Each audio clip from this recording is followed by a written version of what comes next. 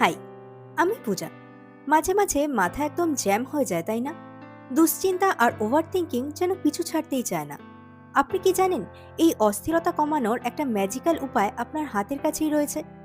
আপনারা যারা প্রতিনিয়ত স্ট্রেস, অ্যাংজাইটি বা ওভার থিঙ্কিংয়ে ভুগছেন, আপনারা যখন কোনোভাবেই মনকে শান্ত করতে পারবেন না, তখন ট্রাই করুন আর্ট থেরাপি। যখনই মনে হবে দুশ্চিন্তা আপনাকে ঘিরে ধরছে, তখনই সব কাজ ফেলে একটা কাগজ আর পেন নিয়ে বসে পড়ুন। আপনার আঁকাটা নিখুঁত হতে হবে এমন কোনো মানে নেই। শুরু করুন সাধারণ কিছু ডুডল আর্ট, মান্ডালা আর্ট অথবা সিম্পল লাইন আর্ট দিয়ে। আপনি চাইলে নিজের খুশি মতো রং তুলি নিয়ে যা ইচ্ছা তাই ড্রয়িং করতে পারেন।